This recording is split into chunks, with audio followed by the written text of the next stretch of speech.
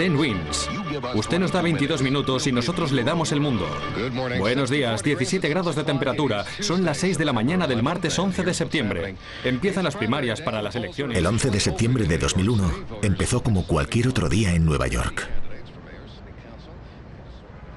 Esta es la historia de cómo se convirtió en un día que cambió el mundo.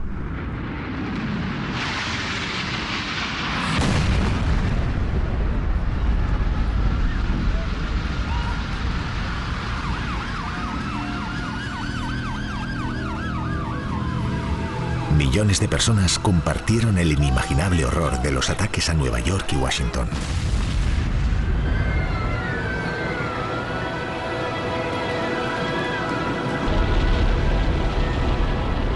Ahora, a través de los recuerdos de quienes ocupaban los cargos más cruciales, este documental mostrará minuto a minuto cómo los dirigentes en el centro del poder americano se enfrentaron al ataque que sufrió su nación. América ha sido atacada. Es lo único que le dije. Existía el peligro de que, de tener éxito, el golpe pudiera decapitar el gobierno, eliminar al presidente y al vicepresidente. El símbolo del poder de los Estados Unidos de América había sido atacado por primera vez en la historia.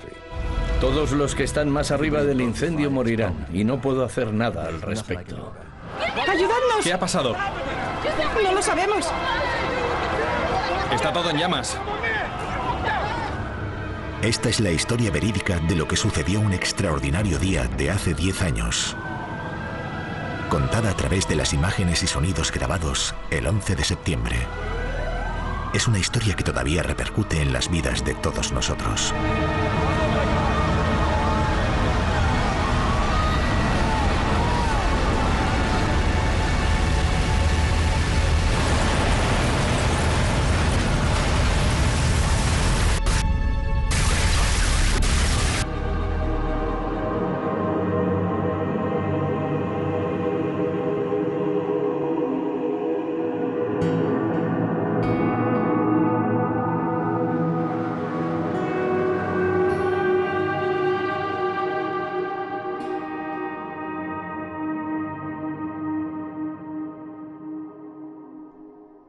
S, el día que cambió el mundo.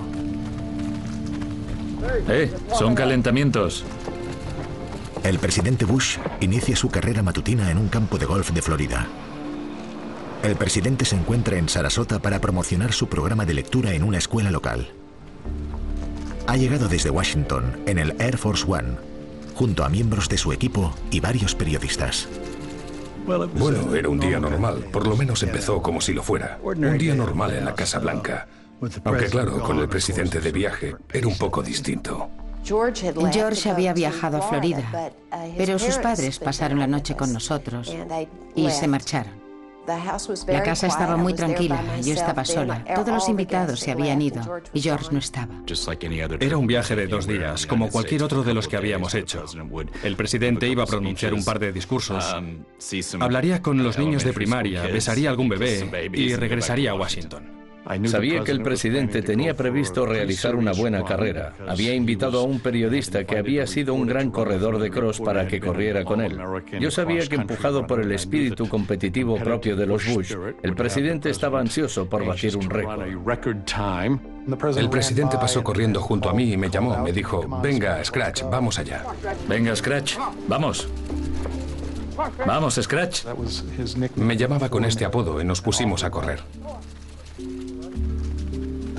Con nosotros corría también un agente del servicio secreto.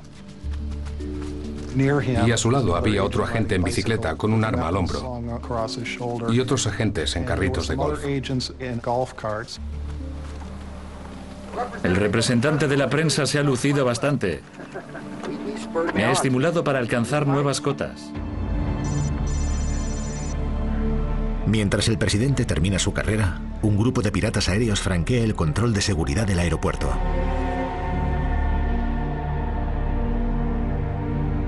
«19 minutos antes, otro grupo que incluye el líder de los terroristas, Mohammed Atta, ha iniciado su viaje desde Portland hasta Boston. No son ni las 8 de la mañana y 19 terroristas han embarcado ya en 4 aviones.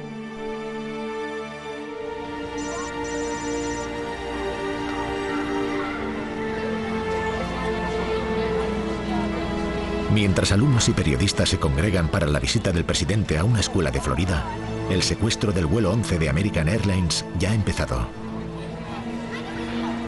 Una azafata se pone en contacto con el centro de control. The cockpit's not answering. Somebody's stabbed in business class. I think we're getting hijacked.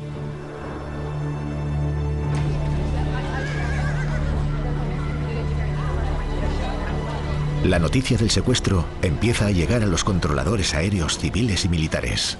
Nos llegó la noticia de un posible secuestro desde Boston, el vuelo American 11. No habíamos tenido un secuestro, ni siquiera uno potencial, desde hacía años. En el centro de operaciones dijeron que se había producido un secuestro y nos pusimos a buscar este avión.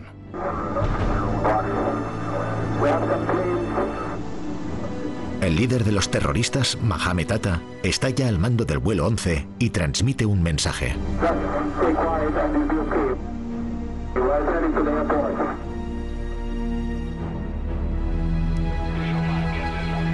Los radares militares no están destinados a localizar aviones enemigos en el espacio aéreo de Estados Unidos, y la búsqueda de un avión en concreto es sumamente difícil. Lo único que veíamos eran cantidad de señales de radar. Era como buscar una aguja en un pajar.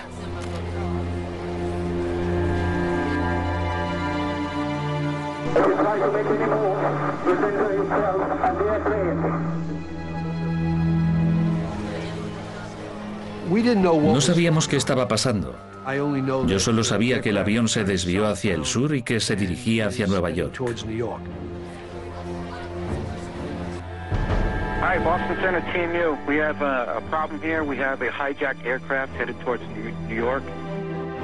El control de tráfico aéreo alerta al sector noreste de defensa aérea para pedir aviones de combate. And we need you guys to, we need someone to scramble some F-16s or something up there to help us out. Is this real world or exercise? No, this is not an exercise manifest. Pusimos dos F-15 en alerta. Nos ajustamos los cinturones en los cazas y esperamos la siguiente orden.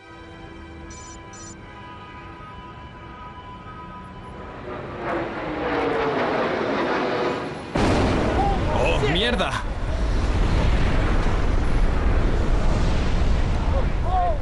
El vuelo 11 se estrella contra el World Trade Center. En su base, a 240 kilómetros de distancia, los cazas siguen esperando la orden de despegue.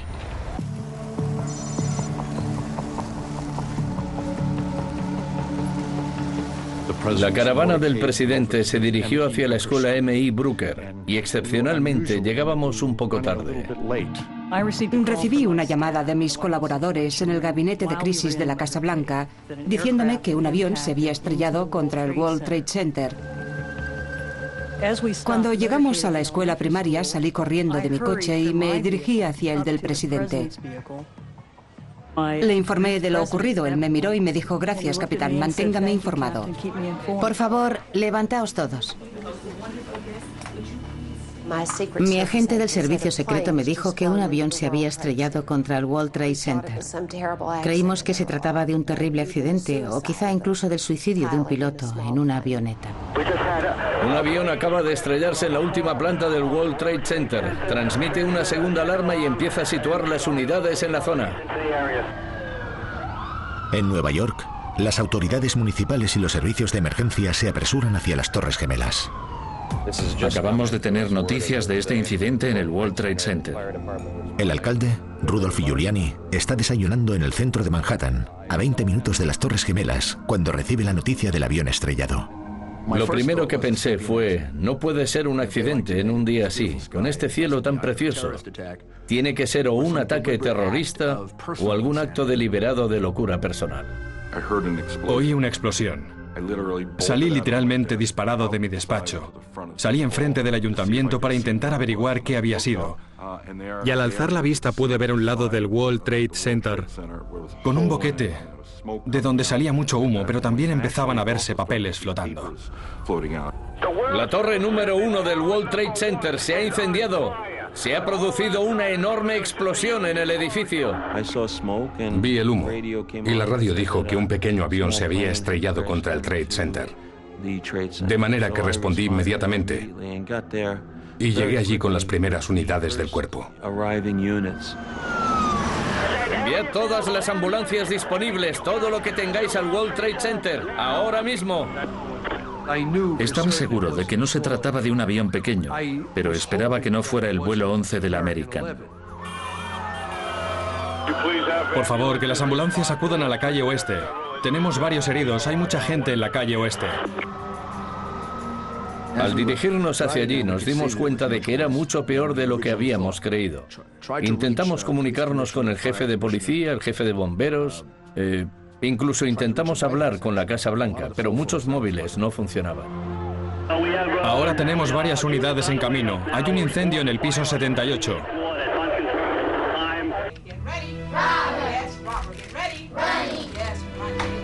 A más de 1.500 kilómetros de distancia, en una escuela de Florida, el presidente solo tiene indicios de la noticia que empieza a llegar a los periodistas de su séquito. Me pareció que el presidente tenía la sensación de que ocurría algo. Lo notabas en el aire. Todo eran preguntas.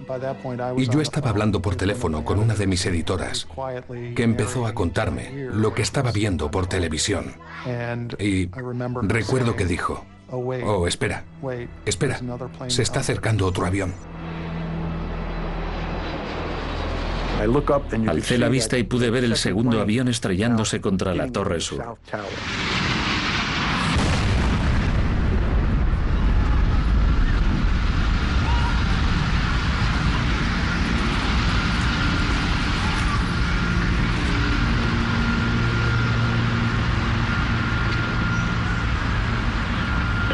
Esto es una llamada de socorro.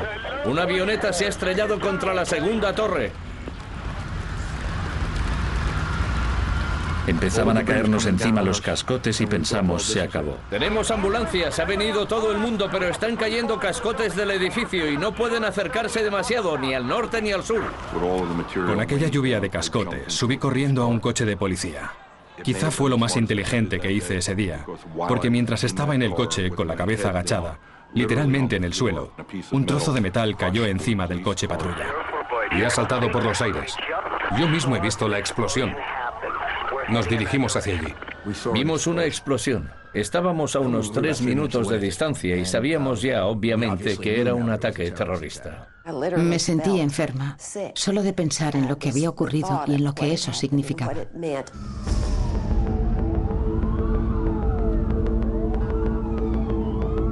El impacto del segundo avión secuestrado alerta a los dirigentes americanos en Washington de que su país ha sufrido un ataque. Cuando se estrelló el segundo avión quedó muy claro que no se trataba de un accidente. Era un ataque contra Nueva York y los Estados Unidos de América. Cuando me enteré de que la segunda torre había sido alcanzada, supe que era terrorismo. Mi primera reacción fue: vale, ahora empieza. La CIA tenía una frase: empieza el espectáculo.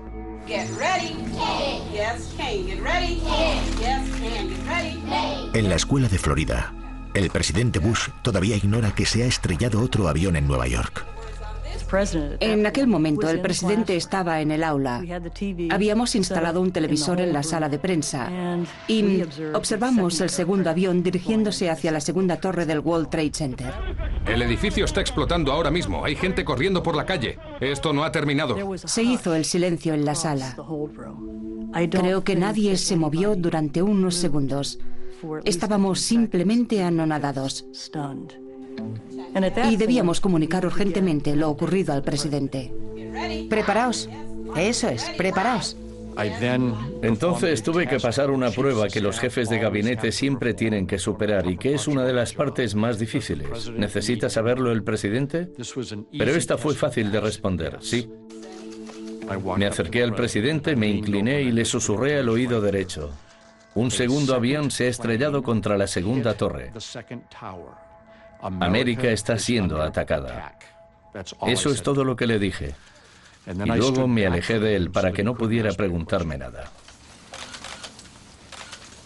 A la de 3, todo el mundo abrirá el libro por la página 153.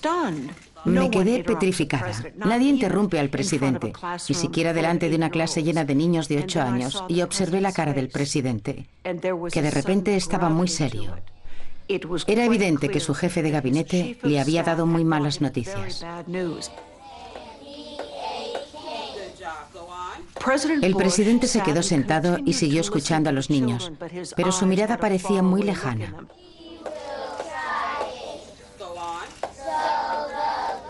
Tenía la mirada perdida. Recuerdo que tenía la mirada perdida, pero yo solamente quería alejarme de él para que asumiera lo que acababa de oír. Muy bien, niños, seguid.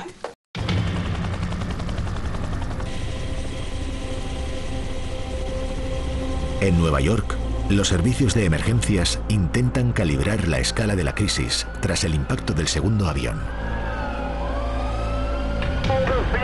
Necesitamos ambulancias en la calle oeste con Bessie. Eso es, en la calle oeste con Bessie. Había heridos, había muertos, había restos del avión por todas partes. Neumáticos, fragmentos del avión y del edificio, cristal. Era el caos más absoluto.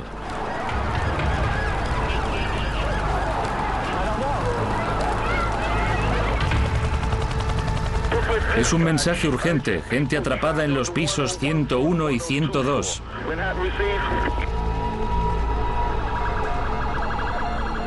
Tenemos solo del World Trade Center ahora mismo.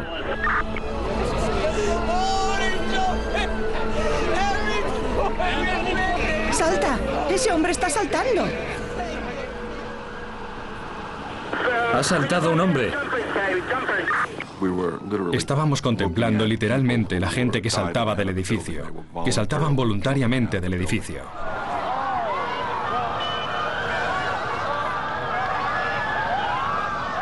La gente salta por las ventanas. Están saltando por las ventanas. Supongo que intentan salvarse, no lo sé. No era tan solo por verlos. Era el ruido que hacían al estrellarse. Era algo que no había oído nunca. Era indescriptible.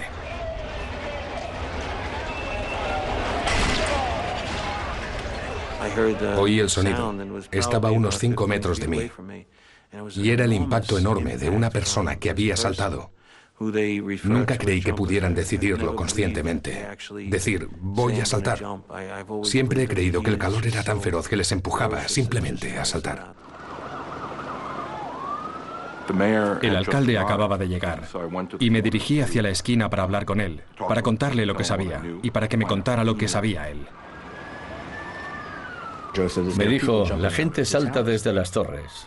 Yo esperaba que estuviera exagerando o que se hubiera equivocado, porque cuesta creer que estuvieran saltando. Empezó a negarlo. No, y yo le dije, es cierto, están saltando, mire. Y cuando alcé la mirada, fue la primera vez que vi un hombre lanzándose desde la planta 101 o 102. Me quedé petrificado, contemplando cómo iba cayendo.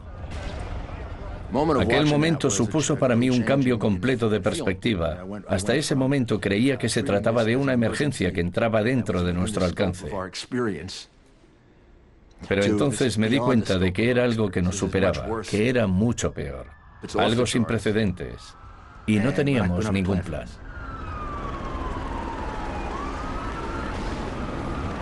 Más de 200 personas se lanzaron a la muerte.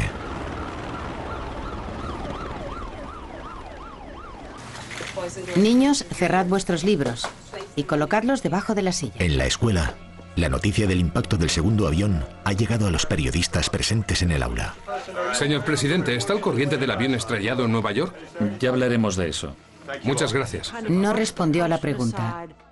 Salió del aula y se dirigió hacia la sala contigua. Le llevé hacia el televisor y durante unos segundos, unos 5 o 10 segundos, el presidente se quedó observando en la pantalla. Este es el segundo avión, otro vuelo de pasajeros estrellándose contra el World Trade Center. Estas imágenes son realmente terroríficas. Eran las dimensiones de la situación lo que resultaba tan apabullante en aquel momento. Hemos vuelto a recibir un mensaje de Associated Press según el cual... La primera llamada de Bush fue al vicepresidente Cheney.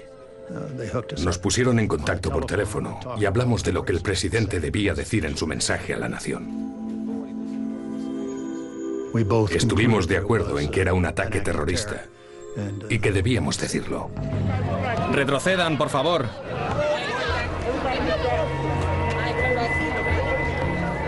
Mientras centenares de personas salen huyendo del complejo del World Trade Center, el alcalde Giuliani debe encontrar una base para enfrentarse a la crisis.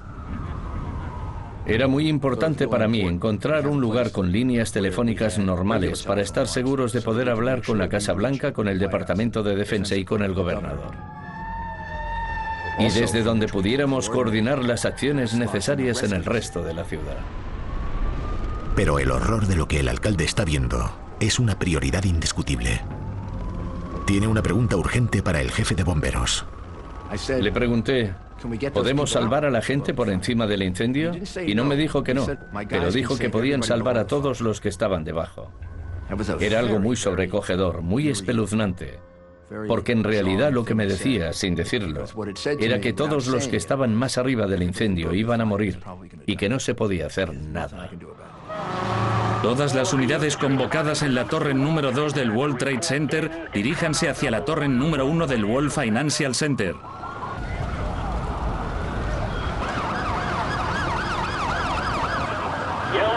Los ascensores de la planta 44 no pueden utilizarse. Están a punto de derrumbarse.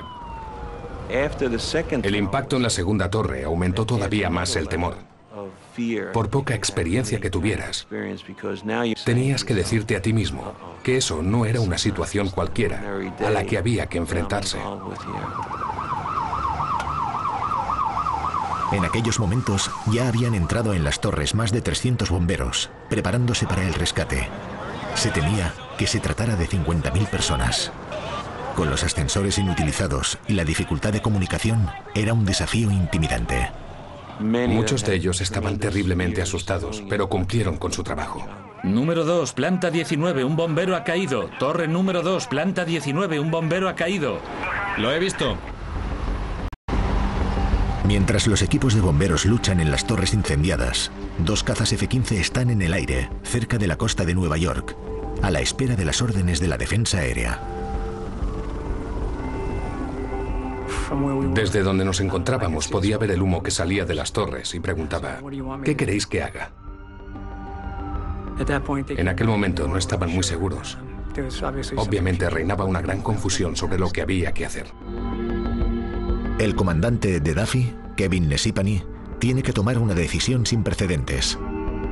Montar una patrulla de combate aéreo encima de Nueva York, preparada para interceptar cualquier avión enemigo. This is what I foresee that we probably need to do. This stuff's going to keep on going. We need to take those fighters and put them over Manhattan. Okay? En aquel momento no había normas que valieran. Quiero decir, después del impacto del segundo avión, las normas habituales se fueron volando por la ventana. That's best play right now. If there's more out there, which we don't know, let's get them over Manhattan. At least we got some kind of play. Nos volvieron a llamar y nos dijeron que nuestra nueva misión era dirigirnos hacia Manhattan y montar una patrulla de combate aéreo.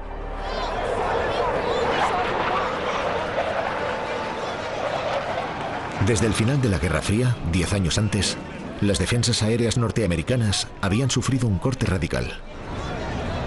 El sector noroeste solo cuenta con 4 cazas para defender 23 estados y 130 millones de personas.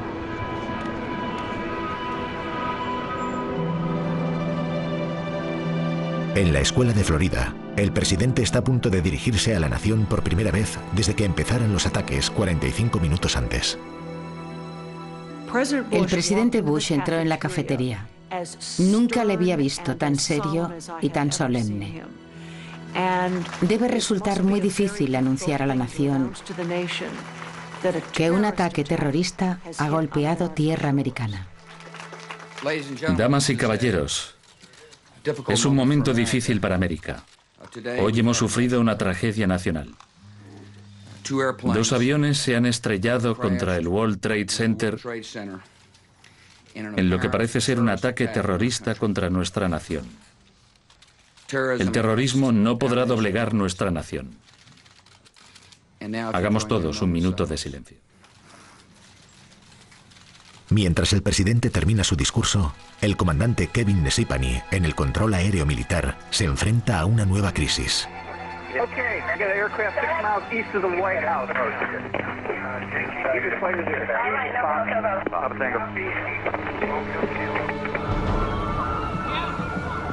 La amenaza de ataque contra Washington provoca una evacuación inmediata.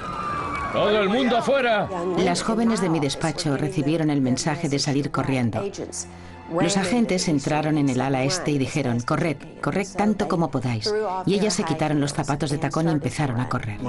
Uno de mis principales agentes del servicio secreto irrumpió en mi despacho. Vino a mi lado, detrás del escritorio, y me dijo, señor, tenemos que irnos ahora mismo. No dijo, por favor, quiere venir conmigo, ni nada parecido. Dijo, tenemos que irnos. Me agarró del cinturón con una mano, me puso la otra en el hombro y me hizo salir literalmente empujones del despacho, por el pasillo hasta un túnel que lleva al centro de operaciones de emergencia. El Centro de Operaciones de Emergencia Presidencial es un búnker construido para proteger al gobierno durante una guerra nuclear. Desde aquí, Cheney puede empezar a organizar la respuesta al ataque contra América. Su prioridad más urgente es el vuelo 77 de American, que se dirige hacia Washington. Se había recibido un informe sobre un avión que se dirigía a gran velocidad hacia Crown, nuestra palabra clave para la Casa Blanca.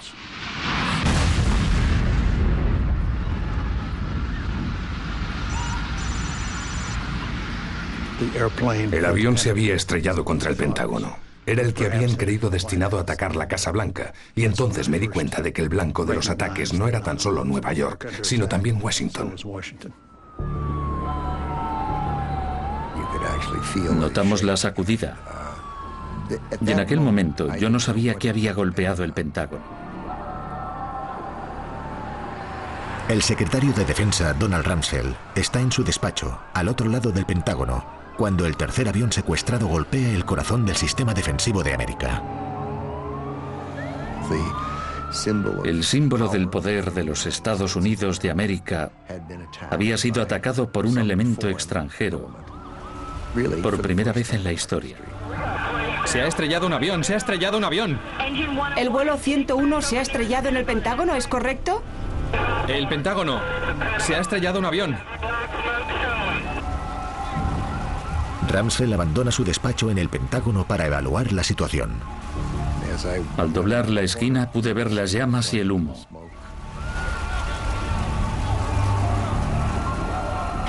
Había muchos heridos en el césped. Era una escena dantesca. Había cadáveres y fragmentos de metal esparcidos por la hierba.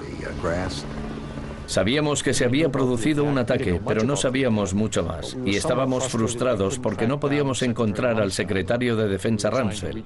Intentábamos hablar con él, pero no lo habíamos localizado. Minutos después del ataque, el general de mayor rango del país llega a los centros de mando del Pentágono. Cuando llegué al Centro de Mando Militar Nacional, solo llevaba allí unos minutos y pregunté, ¿dónde está el secretario?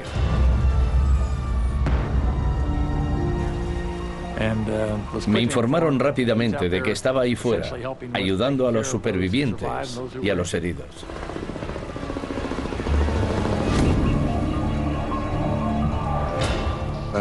Recuerdo que habían puesto a alguien en una camilla y que había que apartarlo de las llamas y el humo.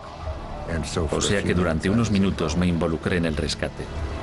Yo dije, id a buscarle, tiene que estar aquí. La cadena de mando pasa desde nuestro comandante en jefe, el presidente, hasta el secretario de Defensa y los comandantes. Le necesitamos aquí. Durante unos 25 minutos no consiguen contactar con Rumsfeld. Volví a mi despacho y me di cuenta de mi responsabilidad. No tan solo de saber qué había sucedido en el Pentágono, sino de comunicarme con el presidente y el vicepresidente sobre lo que podía suceder a partir de entonces y cómo debíamos organizarnos para proteger a nuestro pueblo. En el Pentágono, todo el centro de mando de la Marina estadounidense ha quedado arrasado. En menos de una hora, 3 aviones secuestrados han golpeado el corazón de América. Nadie sabe cuántos más pueden venir tras ellos. En cuanto supe que el Pentágono había sido atacado, les dije que me pusieran en contacto con el presidente, que en aquellos momentos había salido de la escuela y se dirigía hacia el aeropuerto. Le dije que Washington también había sido atacado y que les recomendaba encarecidamente que no regresara, que teníamos que permanecer separados hasta que supiéramos qué estaba sucediendo. Existía el peligro de que, de tener éxito, el golpe pudiera decapitar el gobierno, eliminar al presidente y al vicepresidente.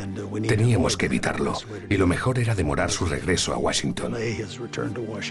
Accedió a regañadientes, pero sabía que era lo mejor, y el servicio secreto también lo había recomendado. Aconsejé al presidente que se mantuviera en movimiento, que se mantuviera en el aire hasta que supiéramos más detalles y pudiéramos entrar en acción. El Air Force One se prepara para un despegue de emergencia con el presidente a bordo. El servicio secreto está en máxima alerta.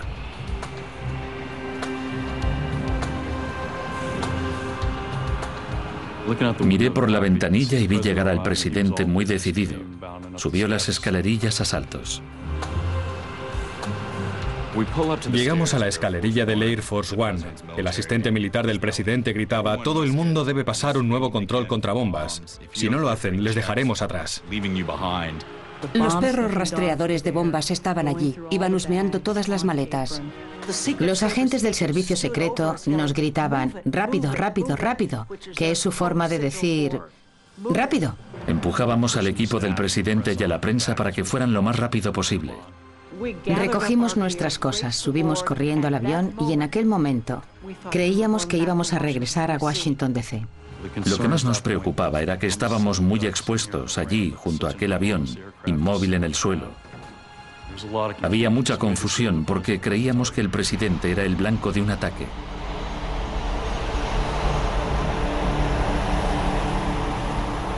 Cuando el avión empezó a moverse, nos dijeron que había alguien al final de la pista.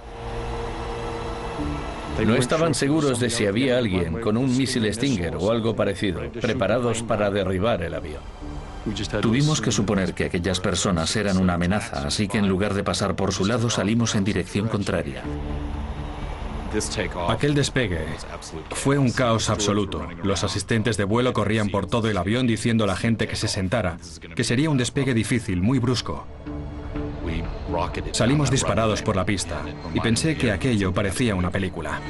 Más que un avión normal, parecía un cohete. Yo estaba de pie y subíamos muy rápido y me di cuenta de que estaba a punto de salir volando. El pánico se reflejaba en mi cara. Miré al presidente y él me miró a mí. Extendió el brazo, como lo harías con un niño de 4 años, y me lo puso literalmente delante, como un cinturón de seguridad, para evitar que saliera volando. Ya habíamos entrado en una nueva era. Estaba cada vez más claro que nuestros dos océanos no nos habían protegido. Habíamos sufrido un ataque. ¿Qué iba a suceder a continuación? ¿Iba a ser víctima de un ataque el propio presidente Bush mientras estábamos allí? Nadie sabía qué estaba pasando ni lo que iba a pasar. El ataque al Pentágono impulsa a Ben Slaney, en el centro de control aéreo del país, a tomar una decisión crucial. Cuando me enteré de que el vuelo 77 se había estrellado contra el Pentágono, ordené que todos los aviones aterrizaran en el aeropuerto más cercano, fuera cual fuera su destino. Cuando se emitió esa orden, había unos 5.600 aviones en el aire. Se veían todos esos puntos en la pantalla. Miraras donde miraras, todo eran puntos, puntos encima de otros puntos, y de repente empezaron a disminuir. Tenía que ser más seguro aterrizar que continuar con esa locura. Teníamos que quitar de en medio todos esos aviones y así sabríamos que el que quedara debía ser el malo. Así podría iniciarse una acción militar. La serie de ataques obliga a los principales dirigentes norteamericanos a contemplar una cuestión impensable hasta entonces. Si tienes un avión que se dirige hacia la capital de Estados Unidos y parece estar a punto de atacar la capital, ¿derribas o no derribas ese avión? La realidad era que debíamos intentar evitar otro ataque de la magnitud del que se había producido contra el Pentágono o el World Trade Center. Cuando se produce el secuestro de un avión, se convierte en un arma. Y es un arma enemiga. Puede llevar a bordo ciudadanos americanos, pero es una amenaza directa. Mientras discuten la posible orden de derribo, un mensaje desesperado desde la cabina del vuelo 93 de United indica que otro avión ha sido secuestrado.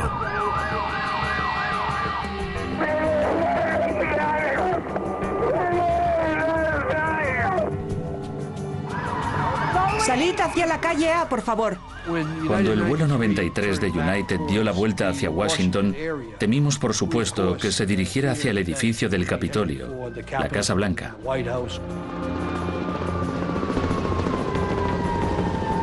Habían atacado la sede del poder económico en Nueva York, la sede del poder militar, y no era de sorprender que este nuevo ataque estuviera dirigido hacia la sede del poder político.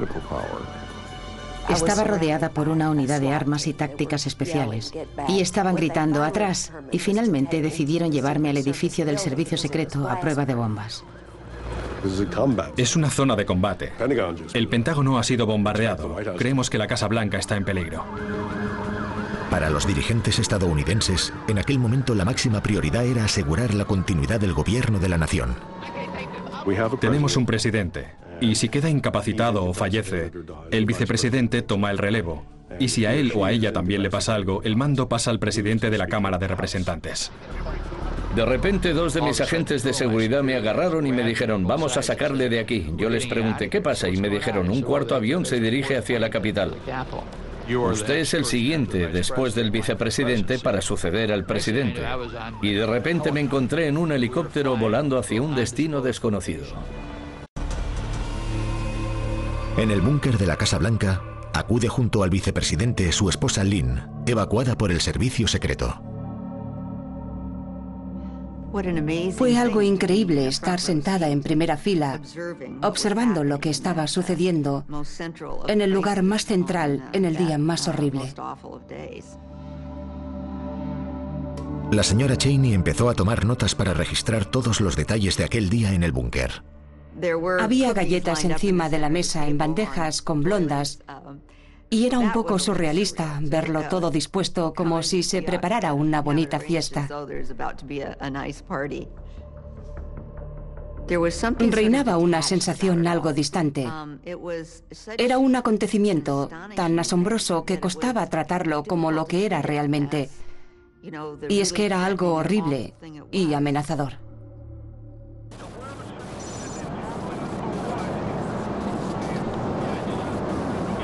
En el Air Force One, los periodistas que acompañan al presidente ignoran el ataque contra el Pentágono. 70 minutos después de que se estrellara el primer avión contra las torres, empiezan a darse cuenta de la escala del desastre en Nueva York. La tripulación del Air Force One intentaba mostrarnos una borrosa imagen de las calles de Nueva York. Fue nuestro primer atisbo de la magnitud de lo que estaban viendo en Nueva York.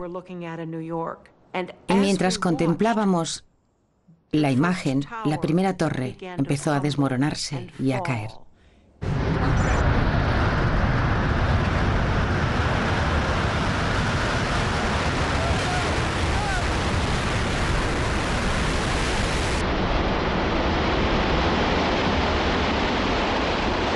Atención, se ha desmoronado la primera torre. ¿Cómo dices? Se ha desmoronado la primera torre. El alcalde Giuliani y más de 20 miembros de su equipo han ocupado un edificio a tan solo una manzana de las Torres Gemelas para establecer su base de emergencias. El alcalde sigue intentando desesperadamente comunicarse con la Casa Blanca. Yo estaba al teléfono esperando que el vicepresidente lo cogiera. Y el escritorio empezó a temblar. Y las cosas que había encima moviéndose así. Así.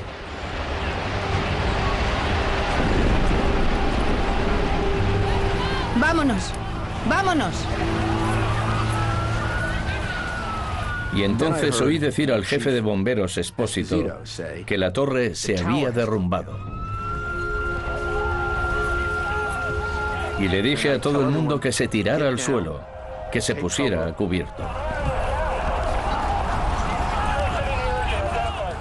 Todo quedó a oscuras.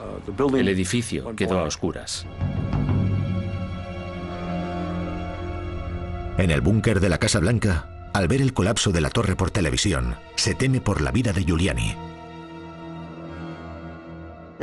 Fue un momento realmente espantoso. Sabías que acababas de ver centenares, millares, no tenías ni idea de cuántas personas, pero habías visto morir a mucha gente. Cogí la mano de Dick y cuando se derrumbó la primera torre, parpadeó una sola vez, muy lentamente, y se puso a trabajar de nuevo. ¡Atrás, atrás, atrás, atrás!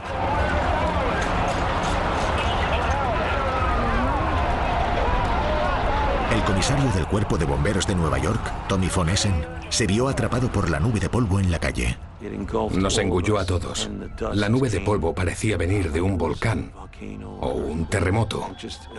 Y de repente la tenías encima.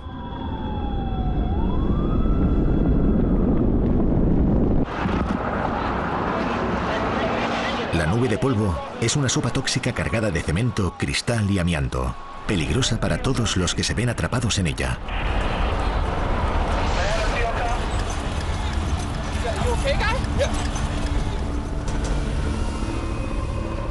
Ahora ya se ha confirmado que el cuarto avión secuestrado, el vuelo 93 de United, parece dirigirse hacia el centro de Washington.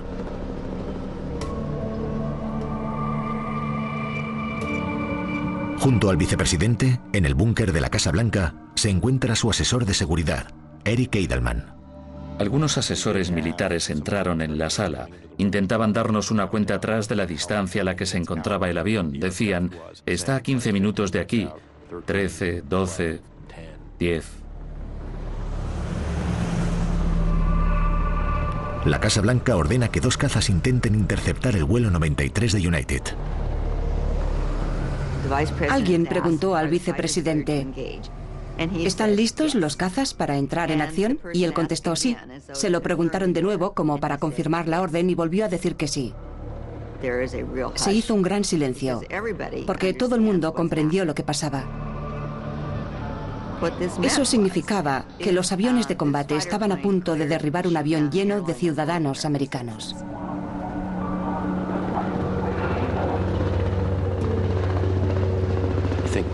Creo que solo faltaban 9 minutos cuando el avión desapareció del radar. En el búnker, nadie sabe si los cazas han derribado el vuelo 93 de United. Las anotaciones de Lynn Cheney registran la confusión reinante.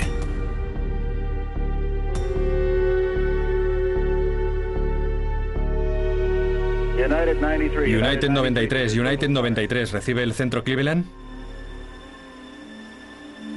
United 93, ¿recibe el centro Cleveland? Nos dijeron que se había estrellado un avión en el sur de Pensilvania. Y de entrada creímos que era el avión que habíamos derribado. Era una idea horrible. Realmente horrible, pero claro, era la conclusión más lógica. Resultó no ser cierto. Finalmente supimos que los propios pasajeros habían actuado antes de que pudiéramos hacer nada para detener el secuestro. No hay duda que el heroísmo de los pasajeros del vuelo 93 fue realmente extraordinario.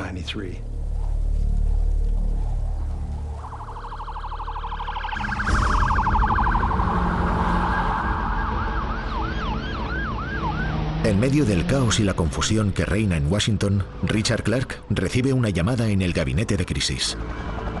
El especialista en terrorismo del FBI, Dale Watson, comunica a Clarke una inquietante información sobre los secuestradores del vuelo 77. Dijo, sabemos que es Al-Qaeda porque reconocemos algunos de los nombres en la lista de pasajeros.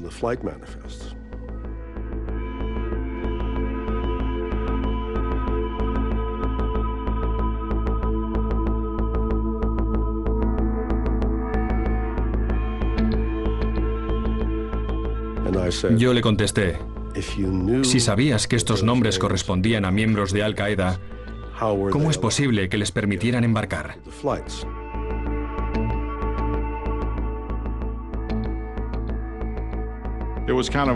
Se nos cayó el alma a los pies cuando comprendimos lo que había sucedido, cómo habíamos podido pasarlo por alto.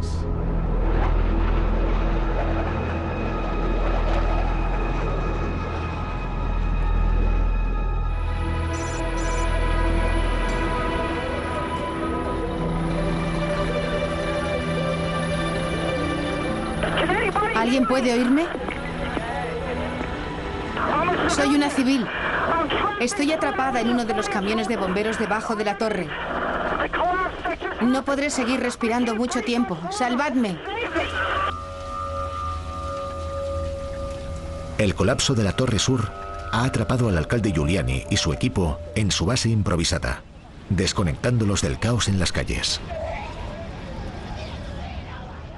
Bajamos al sótano y nos dirigimos hacia varias señales de salida.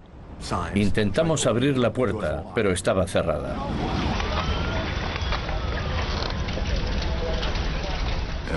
Yo empecé a sentirme muy asustado, porque todavía no tenía ni idea de lo que había ocurrido. El alcalde me vio murmurando para mis adentros y me dijo, ¿qué haces? Yo le contesté, es un acto de contrición. Estoy pidiendo a Dios que me perdone todos mis pecados por si acaso muero. Así de asustado estaba yo.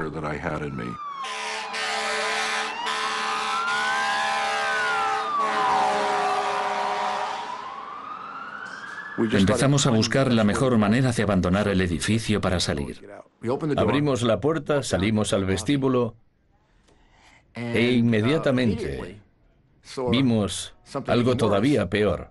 Y nos preguntamos si no habíamos estado mejor antes de abrir la puerta, porque ahora la calle estaba completamente oscura, excepto por los objetos que veías volando. Tras escapar del edificio con su equipo, en el caos tras el colapso de la Torre Sur, Giuliani se enfrenta a un dilema: ¿cómo proteger el gobierno de la ciudad? Si salimos, alguien puede resultar herido. Entonces estuve reflexionando, lo hablamos entre nosotros y decidimos salir. Giuliani y su equipo se alejan de las Torres Gemelas, exhortando a todo el mundo a evacuar la zona. Alcalde, ¿cuál es la situación? La situación es que 2 aviones han atacado aparentemente... ¿Qué? No deberíamos ir. De acuerdo, bueno, entonces vayamos hacia el norte. ¿Sabe qué ha sucedido con los aviones? No, venga con nosotros y hablaremos un poco más tarde. ¿De acuerdo? De acuerdo.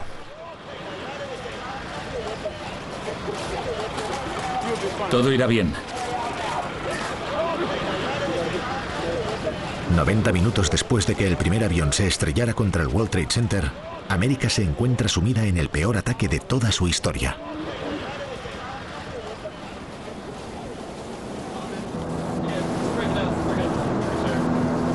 El presidente Bush está aislado en el Air Force One, intentando estar al corriente de la situación y en contacto con sus subordinados. Las comunicaciones fallaron bastante durante el día. Las llamadas telefónicas se interrumpían o se cortaba la línea. O sea que de vez en cuando, en medio de una conversación, se cortaba la llamada. Y tanto el presidente como el vicepresidente se ponían furiosos. Teníamos tantas dificultades en mantener el contacto entre nosotros. Solo queríamos decir que nos queríamos, que estábamos bien, y eso era todo. Yo sabía que quería colgar el teléfono y seguir trabajando en lo que estuviera pensando. Ambos sabíamos que todo había cambiado para nosotros. Con varios aviones civiles todavía sin controlar, los líderes del país autorizan entonces oficialmente el derribo de cualquier avión secuestrado. Nos enfrentábamos a esta cuestión básica y fundamental. ¿Qué hacer si un avión secuestrado se niega a desviarse de su objetivo? El presidente y yo lo hablamos por teléfono y estuvimos de acuerdo en que nuestros pilotos necesitaban la autorización para entrar en acción y derribarlo si el avión no se desviaba. Estaba sentado enfrente del presidente en el Air Force One, después de haber tenido esta conversación, y dijo: yo fui piloto de la Guardia Nacional Aérea, y no puedo imaginarme a un veinteañero recibiendo la orden de derribar un avión de pasajeros. En la sede del sector noreste de defensa se emite la orden de derribo. You read that from the Vice President, right? Vice President has cleared. Vice President has cleared us to intercept track. Shoot them down if they do not respond first. Dijeron que estuviéramos preparados para derribar cualquier avión secuestrado. Y yo respondí: recibido. Y lo recuerdo muy bien porque entonces me preguntaron: ¿tienes algún problema con eso? Y me molestó, porque si tenía algún problema con esa orden, es que no era el hombre adecuado para estar sentado al mando de aquel avión. Tim Duffy es un piloto militar a tiempo parcial en la Guardia Nacional Aérea. También pilota aviones comerciales de United Airlines. Les dije que no tenía ningún problema. Hay que hacer lo que hay que hacer. Por supuesto, esto te afecta. Luego tienes que vivir con estos pensamientos y emociones, pero no en aquel momento. Matar a un montón de civiles en un avión de pasajeros, eso es una locura. ¿Quién podía pensar en eso? Tener que hacerlo contra tus propios ciudadanos.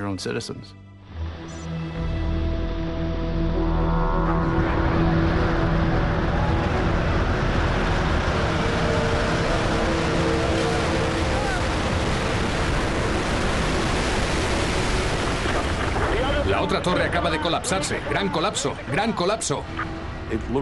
Parecía una vela gigantesca que se consumiera a gran velocidad. Y es que la magnitud del ataque, supongo que sobrecogió a todo el mundo.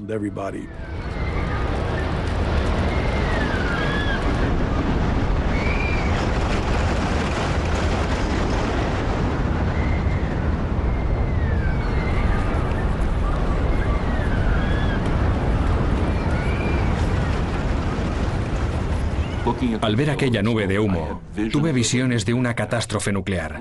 Literalmente, no tenía ni idea de lo que estaba pasando.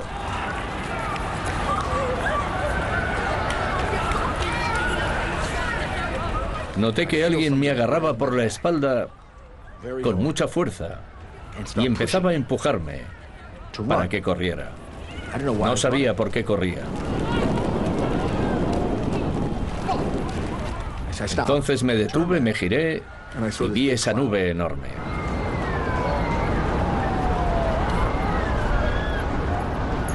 Y había un ruido tremendo. Se oía gritar a la gente. Y todavía más cuando el otro edificio se derrumbó. Podíamos ver la nube que se acercaba y en cuanto envolvió el edificio del ayuntamiento todo quedó oscuro. Lo que sucede en estos casos es que de repente se hace el silencio. El sonido no puede traspasar la nube.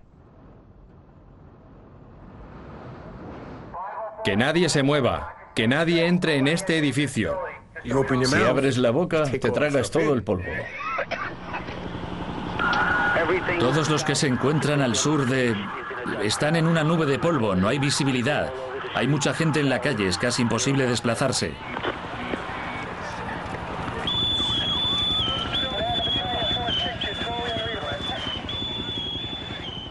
La información más importante que no teníamos, que no podíamos tener y que ojalá hubiéramos tenido, era lo rápidamente que se derrumbarían. Desde el impacto inicial hasta que se derrumbaron pasaron 102 minutos, es decir, 1 hora y 42 minutos. En estos 102 minutos, miles de personas han muerto en Nueva York y Washington.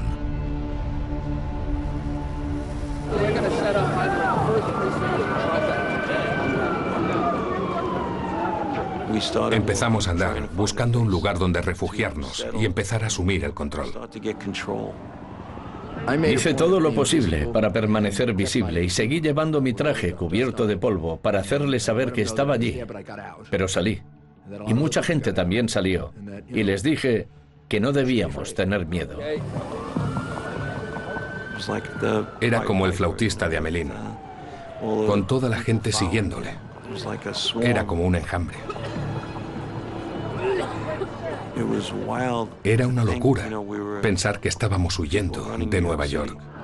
Mantengan la calma. Lo mejor es que se queden en casa. Nos hemos puesto en contacto con la Casa Blanca y están haciendo todo lo posible para asegurar el espacio aéreo alrededor de la ciudad. Lo mejor para superar esto es permanecer tranquilos y escuchar a todos. No dejarse llevar por el pánico. En el Air Force One llega la noticia de una repentina amenaza. Estábamos hablando de lo que había que hacer con el presidente, si debíamos llevarle de regreso a Washington o no, y entonces el ingeniero me llama. Coronel Tillman, venga aquí. Avisan al Air Force One de un misterioso avión que se acerca a su espacio aéreo. Air Force One, it's your 12 o'clock and 70 miles now. There's an MD-80 Continental jet. Nobody's talking to him. Se nos acerca un avión por detrás y no está hablando con nadie. El avión misterioso es identificado rápidamente. Es un avión local con problemas en el sistema de comunicación. Y entonces llega otra amenaza todavía más alarmante. Nos informaron de que lo siguiente sería Ángel. Nuestro indicativo era Ángel. No sabían cómo iba a suceder, pero el siguiente ataque sería contra Ángel. La amenaza se identifica pronto como una falsa llamada a la Casa Blanca. Una más de las muchas que se produjeron el 11 de septiembre. Si iban a seguir secuestrando aviones en el aire, entonces necesitaba algún tipo de avión de combate para protegerme. Varios cazas despegan urgentemente de una base aérea en Texas para escoltar al Air Force One. Fue entonces cuando fuimos realmente conscientes de que el Air Force One necesitaba una escolta de cazas, porque no sabíamos qué iba a suceder.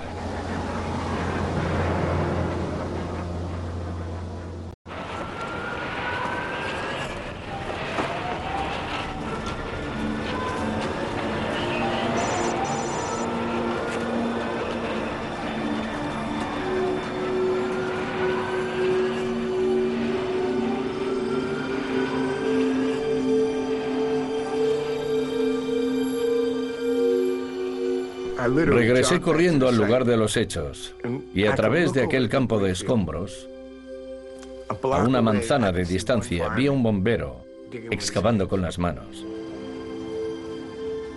Le miré a él y a esas luces y me di cuenta de que estaba encima de un camión de bomberos.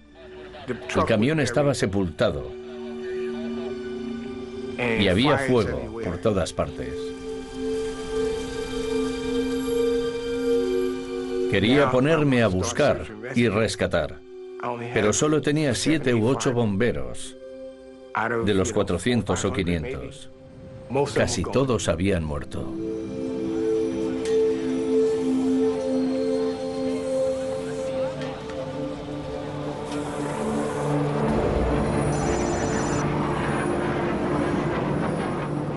Llevábamos 1 hora volando. Ya deberíamos haber llegado a Washington. Estaba muy claro que el Air Force One no estaba seguro de hacia dónde debía ir. No puedes mantener al presidente totalmente aislado, aunque es lo que nosotros hubiéramos querido. Nuestras decisiones están condicionadas por la seguridad de los presidentes y a menudo no coinciden con lo que ellos querrían. El 11 de septiembre fue uno de esos días.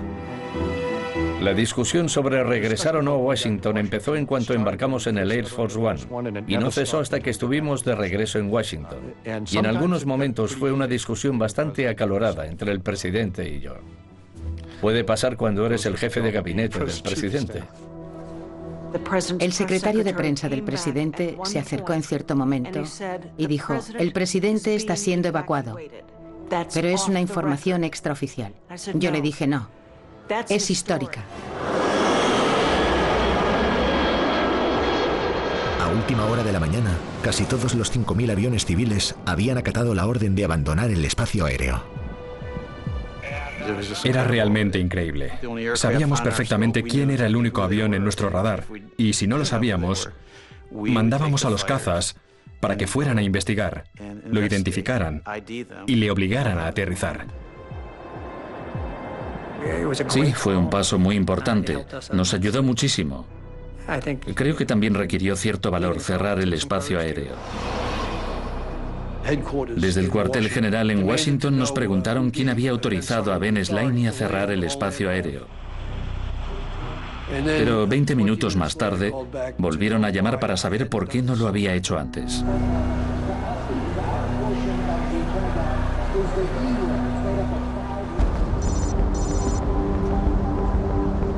Han pasado ya más de 90 minutos desde que América tiene noticias del presidente Bush. El presidente quería dirigirse a la nación, pero en aquella época no teníamos instalación de vídeo en el avión. Intentábamos decidir hacia dónde debíamos ir, y gran parte de las discusiones en el Air Force One giraban alrededor de las opciones disponibles.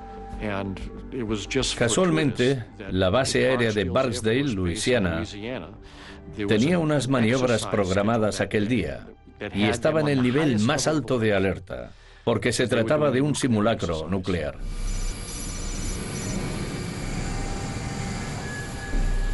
El plan de ataque era aterrizar en la base aérea de Barksdale, pero no comunicárselo hasta minutos antes de llegar.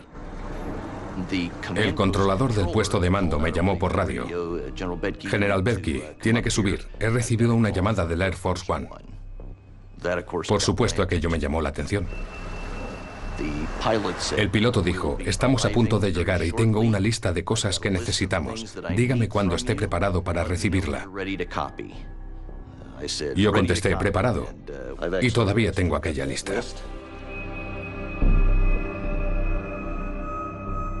Recuerdo que el piloto dijo, quiero 10 kilos de plátanos.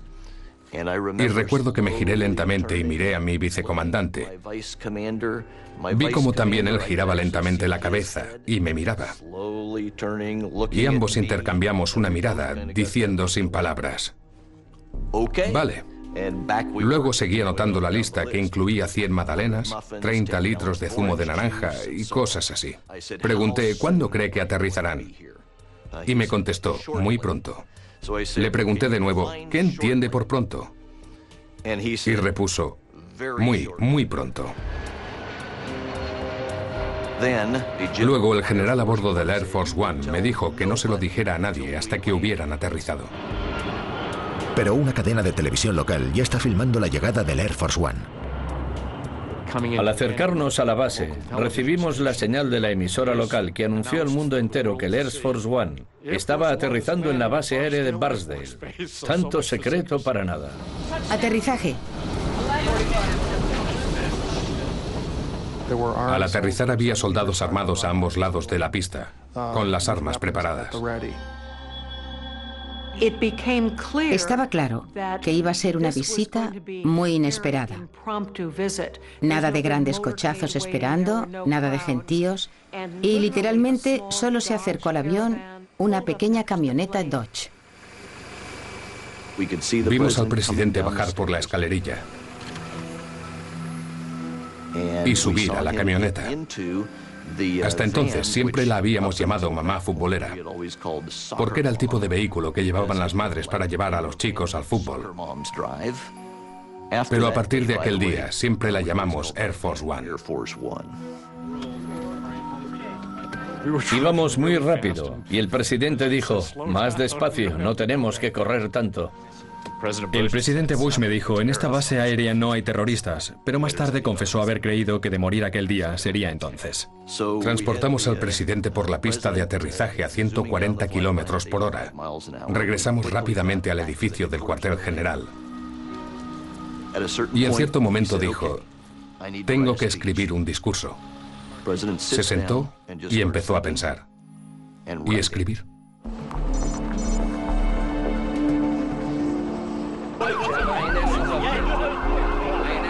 «90 minutos después del colapso de la segunda torre, el alcalde Giuliani y su equipo han establecido su base en un cuartel de bomberos a 1,5 kilómetros del punto cero. Lo que más nos preocupaba era qué iba a suceder a continuación. Nos preocupaba casi tanto como la operación de rescate. No sabíamos si iba a producirse otro ataque. ¿Habría un grupo de gente armada que empezaría a atacarnos? ¿Habría más aviones, quizá? No sabíamos cuál iba a ser el siguiente blanco de los ataques. El resto del día, todos contuvimos la respiración. En las horas inmediatamente posteriores a la caída de las torres, las autoridades de Nueva York centran sus esfuerzos en el rescate de las miles de víctimas.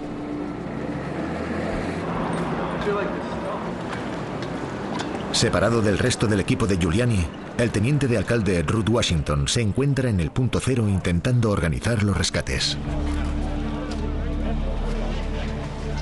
Había que entrar debajo de los edificios que estaban a punto de derrumbarse por el incendio. Y les pedí a los chicos, id hacia allí. Decidme dónde puedo poner esta grúa. Y observaba la mirada de esos hombres que pensaban, este hombre está loco, es un demente. Me está pidiendo que entre en una ciudad en llamas. La devastación era indescriptible. Y si había alguien a quien rescatar, no los veíamos. Y sabíamos que tardaríamos bastante antes de llegar hasta ellos, porque todo era tan pesado. En realidad éramos impotentes. Incluso cuando llegaron los bomberos y empezaron a apagar el incendio, tampoco podían levantar todos esos escombros y todo ese acero. A mediodía sabía que el rescate de víctimas vivas sería muy limitado. Era algo muy triste, pero sabía que las perspectivas eran nefastas. 3 horas después de que el primer avión se estrellara contra las Torres Gemelas, el alcalde Giuliani se da cuenta de que debe preguntar algo a su asesor médico. Necesitamos voluntarios para primeros auxilios. Queríamos saber cuántas bolsas para cadáveres debíamos conseguir, aunque fuera horrible pensar en eso. Pero él me dijo, no vamos a necesitar muchas bolsas. Le contesté, ¿pero por qué? Hay muchos muertos. Y él dijo, bueno, sí, pero están pulverizados.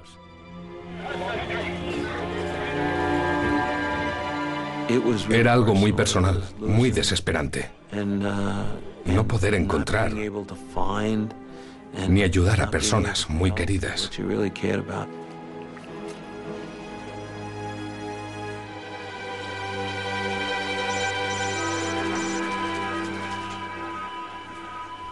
En un podio improvisado con prisas, el presidente Bush se dirige por segunda vez a la nación. Esta mañana, un cobarde anónimo ha atacado la libertad. Pero defenderemos la libertad. Era en una oscura sala de conferencias. El servicio secreto no le dejó pronunciar su discurso al aire libre y no creo que muchos recuerden lo que dijo, pero la sensación era que no se le había visto durante un par de horas y necesitaba dejarse ver. Haremos todo lo necesario para proteger a América y a los americanos. El presidente habló durante 2 o 3 minutos y se marchó. Y me dejaron contactar con Peter Jennings, el presentador del noticiario de la ABC. El presidente acaba de pronunciarse, un discurso muy emotivo, diciendo que defenderemos la libertad. Te pondré al corriente si nos sacan de aquí, quizá tengamos que salir a toda prisa. De acuerdo. Creo que nos vamos, nos marchamos y... ¿A dónde vais, Annie? Peter, no tengo ni idea. Hasta luego, Ann. Muchas gracias. Nunca repetiremos demasiado que aunque esté a salvo a unos 12.000 metros de altitud en el Air Force One, el país espera verle de nuevo en Washington. No tan solo para mandarnos un mensaje a nosotros, a la nación, sino también al resto del mundo, donde los enemigos de Estados Unidos deben pensar sin duda ahora mismo que han dominado a nuestro país.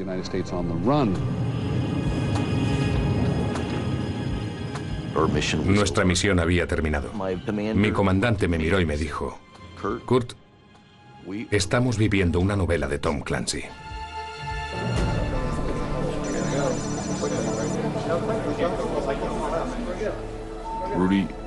Rudy Giuliani era perfectamente consciente de que sus palabras marcarían la pauta para el resto del país y hasta cierto punto para el resto del mundo. El día de hoy es obviamente uno de los días más difíciles en la historia de esta ciudad y este país. El alcalde no iba a responder a la pregunta sobre el número de víctimas mortales. ¿Se conoce ya el número de víctimas mortales, señor? No creo que sea el momento para pensar en eso. El número de víctimas mortales será mucho más alto de lo que cualquiera de nosotros pueda soportar. En realidad, casi utilizó una cita del libro de Job y terminó así. No quería aumentar la sensación de temor, sino empezar el proceso de sanación necesario.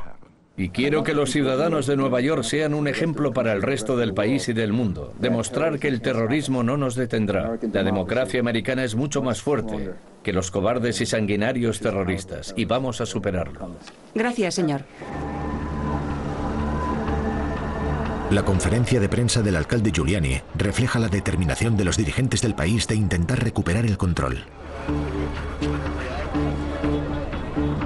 En Nueva York, se ponen en marcha para garantizar el suministro de alimentos y servicios esenciales para millones de personas.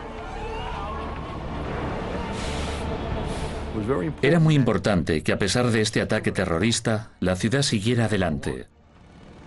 Mi prioridad era intentar poner orden en la situación, establecer un perímetro y evitar que la gente entrara en él. Total, evacuación total. Es una evacuación. Una evacuación, no funciona nada. Teníamos que evacuar el centro de Nueva York tanto como fuera posible, la zona afectada. ¡Circulen, circulen! ¡Atrás!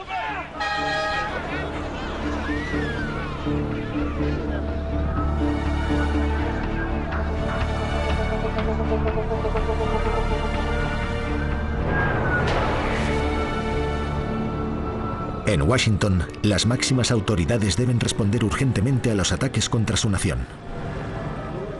El presidente Bush me dijo por teléfono: Don, prepárate, tendrás que encargarte de esto. Empieza a pensar en ello.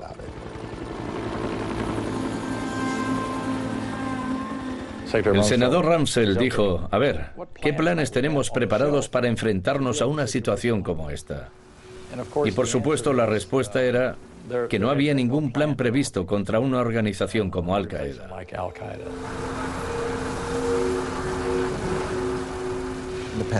El Pentágono tenía algunos planes preparados, pero muchos de ellos eran antiguos, algo que no es de sorprender. No puedes tenerlo todo actualizado. Y en cualquier caso estaban previstos contra naciones-estado, no contra redes terroristas propiamente dichas. Por lo tanto, tuvimos que empezar a trabajar desde cero. Nos dimos cuenta de que no estábamos tan preparados como deberíamos estarlo.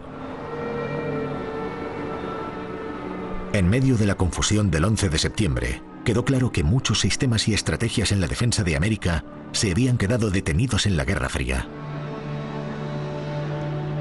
Los líderes militares y políticos seguían planificando su defensa contra estados enemigos con misiles, y no contra terroristas que estrellaban aviones contra los edificios. La mentalidad de la Guerra Fría seguía vigente, y en pleno siglo XXI el entrenamiento y equipamiento militar era casi igual que durante la Guerra Fría. Creo que tuvo cierto impacto en nuestra forma de ser, nuestra forma de pensar.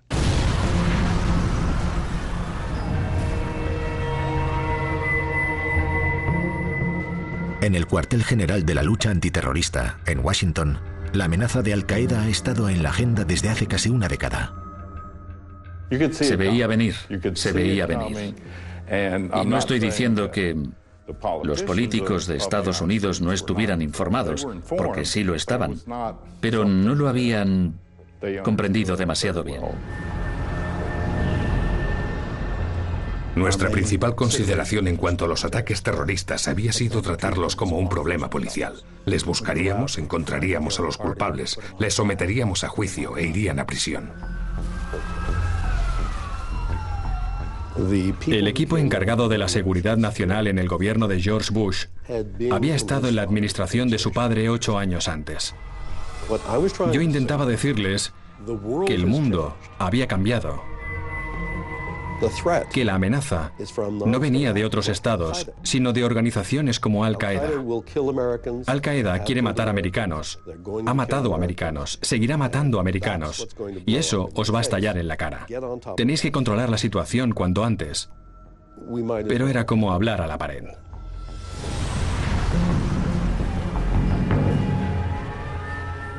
El 11 de septiembre mi reacción no fue: oh Dios mío, fíjate qué ha sucedido. Era la consumación de todo lo que habíamos descubierto y de lo que habíamos informado.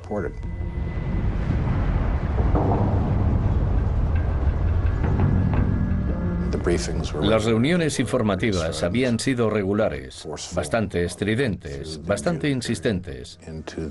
Se desarrollaron durante junio y ya en julio señalaban aquella posible catástrofe. Informamos a la directora del Consejo de Seguridad Nacional, Condoleezza Rice. En aquella reunión acerqué mi silla a la mesa y le dije, este país debe levantarse en pie de guerra ahora mismo. Y di un puñetazo en la mesa. Así es la vida. La cuestión sigue siendo, ¿qué pasó después de eso?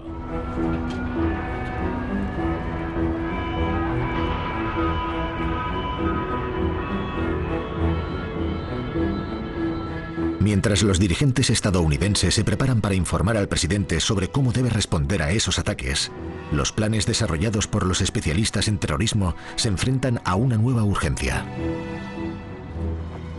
Pasamos desde el impacto instantáneo de ya nos han atacado a cómo entrar en la modalidad de prevención, ataque y derrota.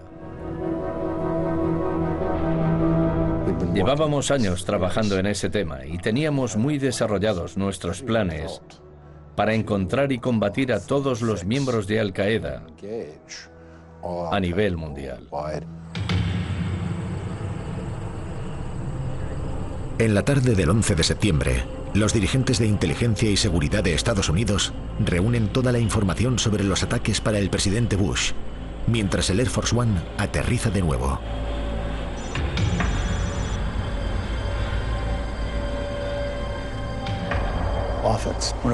La base aérea de Offutt es una de nuestras mejores bases, es muy segura. Cuenta con comunicaciones excelentes a nivel global, con todas nuestras instalaciones y fuerzas militares.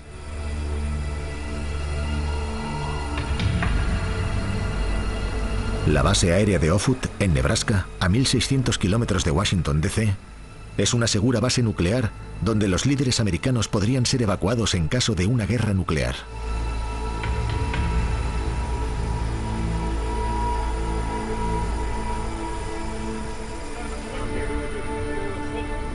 Seis horas después del inicio del ataque contra las Torres Gemelas, el presidente Bush podrá por fin consultar con sus principales dirigentes.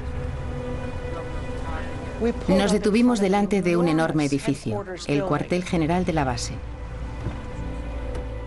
Salimos de nuestro coche en el mismo instante en que el presidente bajaba del suyo, pero en lugar de acercarse al edificio, se dirigió hacia una pequeña construcción de madera que parecía un cobertizo. El presidente entró y sus asesores entraron y los miembros del servicio secreto entraron y algunos militares entraron y obviamente no era un edificio suficientemente grande para tanta gente. Por lo que supusimos que debía ser la entrada al búnker subterráneo.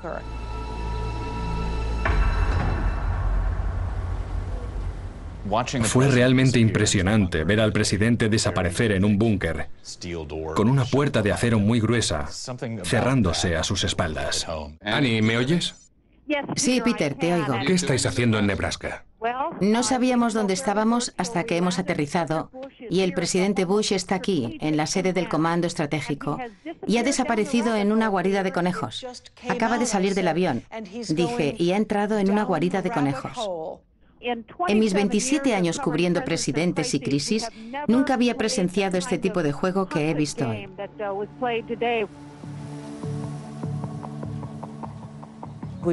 Bajamos hasta una sala de conferencias muy segura, donde habíamos establecido todo lo necesario para la reunión del gabinete. Antes de que empiece la videoconferencia, el presidente anuncia que ha tomado una decisión. Podíamos verle por vídeo, entrando en la sala. Y yo tenía que informarles sobre la situación. Pero antes de poder hacerlo, dijo: el avión está repostando. Regresamos a Washington. Esto es indiscutible. Ahora, Dick, dame tu información. Esencialmente le informé de todas las decisiones que ya habíamos tomado.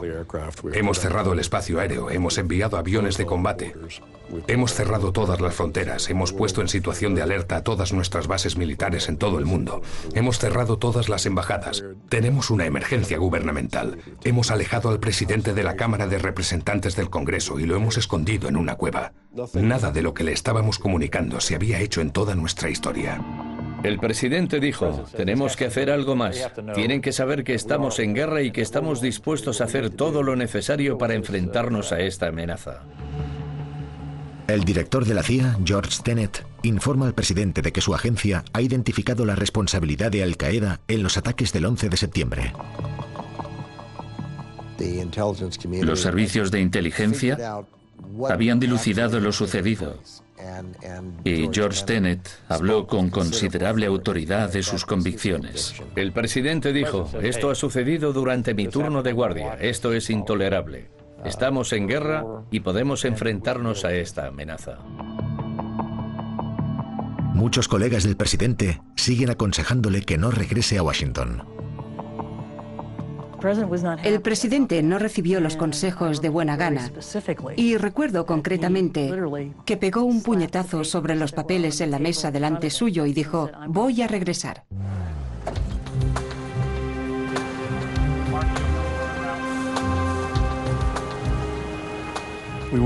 Corrimos hacia el avión tan rápido como pudimos. Al subir por la escalerilla, el presidente me miró y me dijo, Tillman, vámonos a casa. Nos sorprendió mucho verle regresar a la otra punta del avión, donde estaba nuestra cabina. Y cuando entró por la puerta, hizo un gesto con la mano, como si dijera, no toméis nota. Pero dijo que estaba seguro de que estos criminales serían sometidos ante la justicia.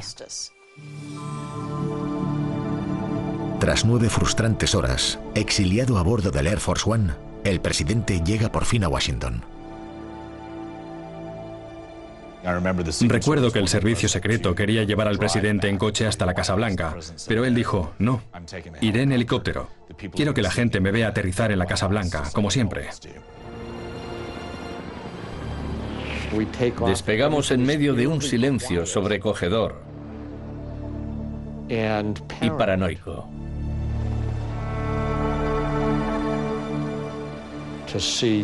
La visión del humo que salía del Pentágono nos llegó muy dentro del alma. Y llegamos a la ciudad en estado de shock. Todavía estaban presentes las cicatrices de la guerra y la incertidumbre era palpable. Aterrizamos en el recinto de la Casa Blanca y el presidente se dirigió a grandes pasos hacia el despacho oval. Deseábamos que se alzara la niebla, que la nube de polvo se asentara.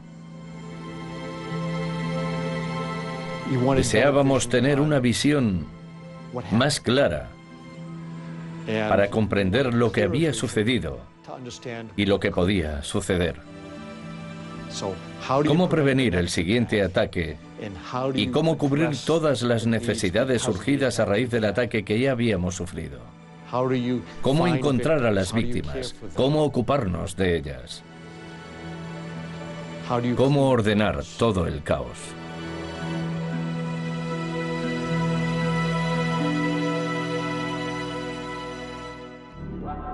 Con el temor de nuevos ataques todavía muy presente, el presidente Bush se encuentra con su esposa en el búnker de la Casa Blanca.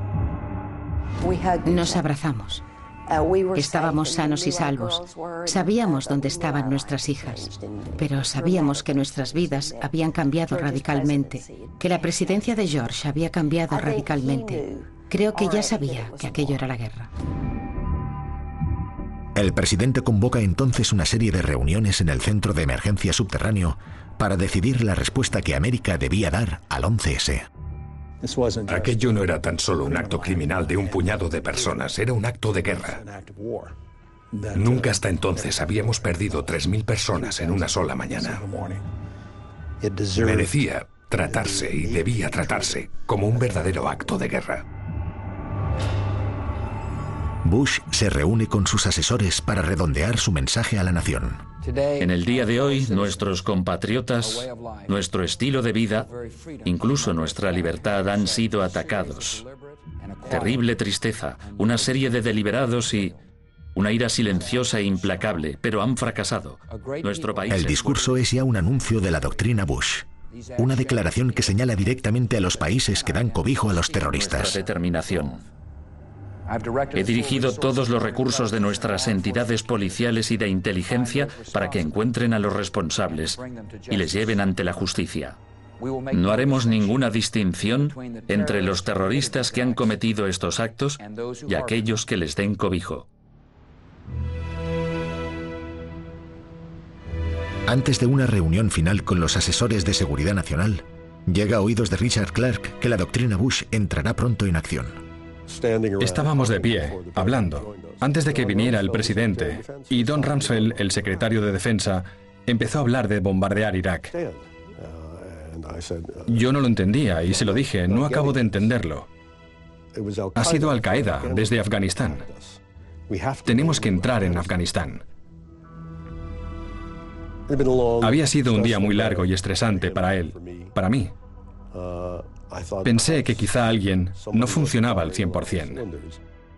Irak llevaba años en la lista de terroristas del Departamento de Estado, y el Congreso había aprobado leyes apoyando un cambio de régimen en Irak. Se habló de todos los países en la lista de terroristas, algo muy comprensible. Todo el mundo estaba agotado. Tenían que cargar las pilas y necesitaban tiempo para asimilar las emociones de aquel día. Casi todos los que estaban en la sala no habían tenido nunca la oportunidad de enfrentarse con las emociones que habían acumulado debido a lo que habían visto aquel día. Hacia las 10 de la noche, el presidente y la primera dama fueron a acostarse en la residencia de la Casa Blanca. Por fin nos metimos en la cama. Sé que George no se durmió enseguida, pero yo sí. Y de repente me desperté al oír un agente que entraba corriendo en el dormitorio. Recuerdo perfectamente el sonido de su respiración acelerada y sus pasos. Y al entrar dijo, señor presidente, tiene que bajar, otro avión se dirige hacia aquí. La Casa Blanca está amenazada. 2 agentes secretos entraron, me levantaron de la silla y empezamos a correr por el pasillo. Y mis pies apenas tocaban el suelo.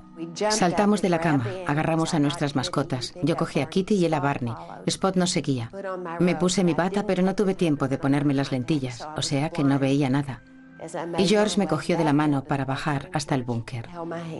El presidente bajó con una camiseta y unos pantalones cortos, y creo que también llevaba unas zapatillas divertidas. Y Laura bajó con el gato en brazos. No se había puesto las lentillas y no veía nada. Llevaba una bata vaporosa y zapatillas a juego. Era evidente que acababan de despertarles.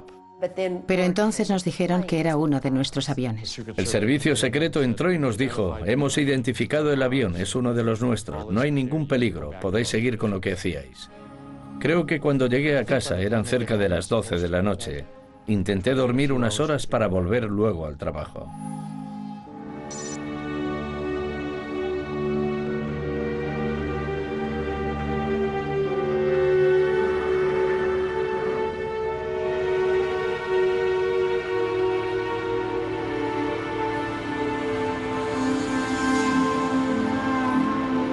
Al final de un día que ha cambiado a América y al mundo, los equipos de rescate acuden al punto cero.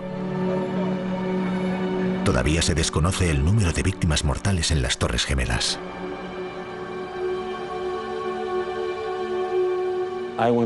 Regresé allí y creo que el alcalde tuvo la misma idea. Creo que a ambos nos había costado un poco irnos a casa, de manera que los dos regresamos. Bueno, queríamos ver qué estaba pasando.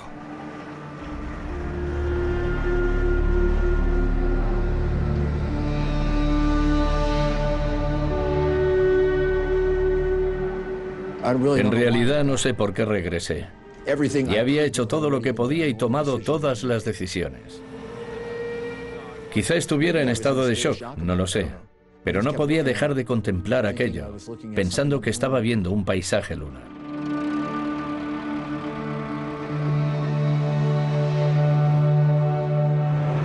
Quería asegurarme de que todos los recursos disponibles y necesarios están aquí, y rogar a Dios que podamos salvar algunas víctimas.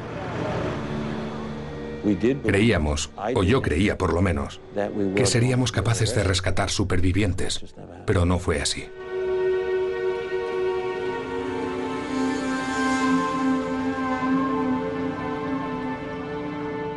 Había tanta gente que llevaba tanto tiempo esperando noticias de sus seres queridos.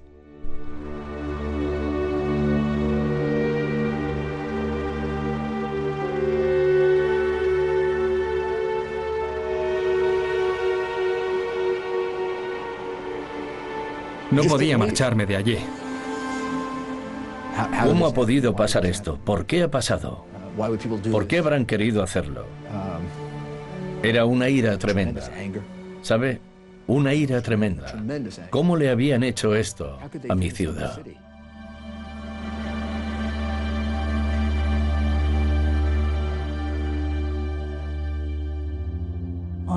El 11 de septiembre, los acontecimientos que entraron en conocimiento de nuestra nación eran absolutamente inconcebibles. Estos acontecimientos cambiaron nuestra nación, cambiaron a los ciudadanos americanos. Sé que a mí me cambiaron para el resto de mi vida.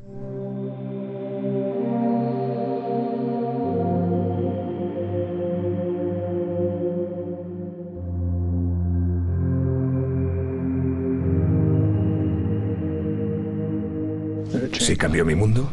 Bueno, creo que sin duda lo hizo. Marcó uno de esos momentos en la historia en los que sabes que sea como sea el futuro, será distinto de lo que esperabas. Sabía que estábamos sobre un nuevo escenario.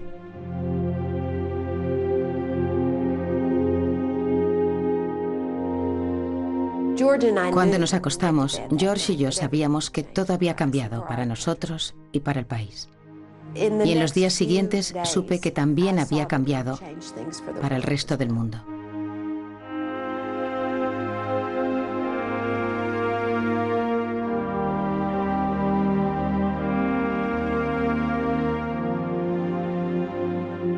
Esto es un trozo de metal del vuelo 77 de American Airlines.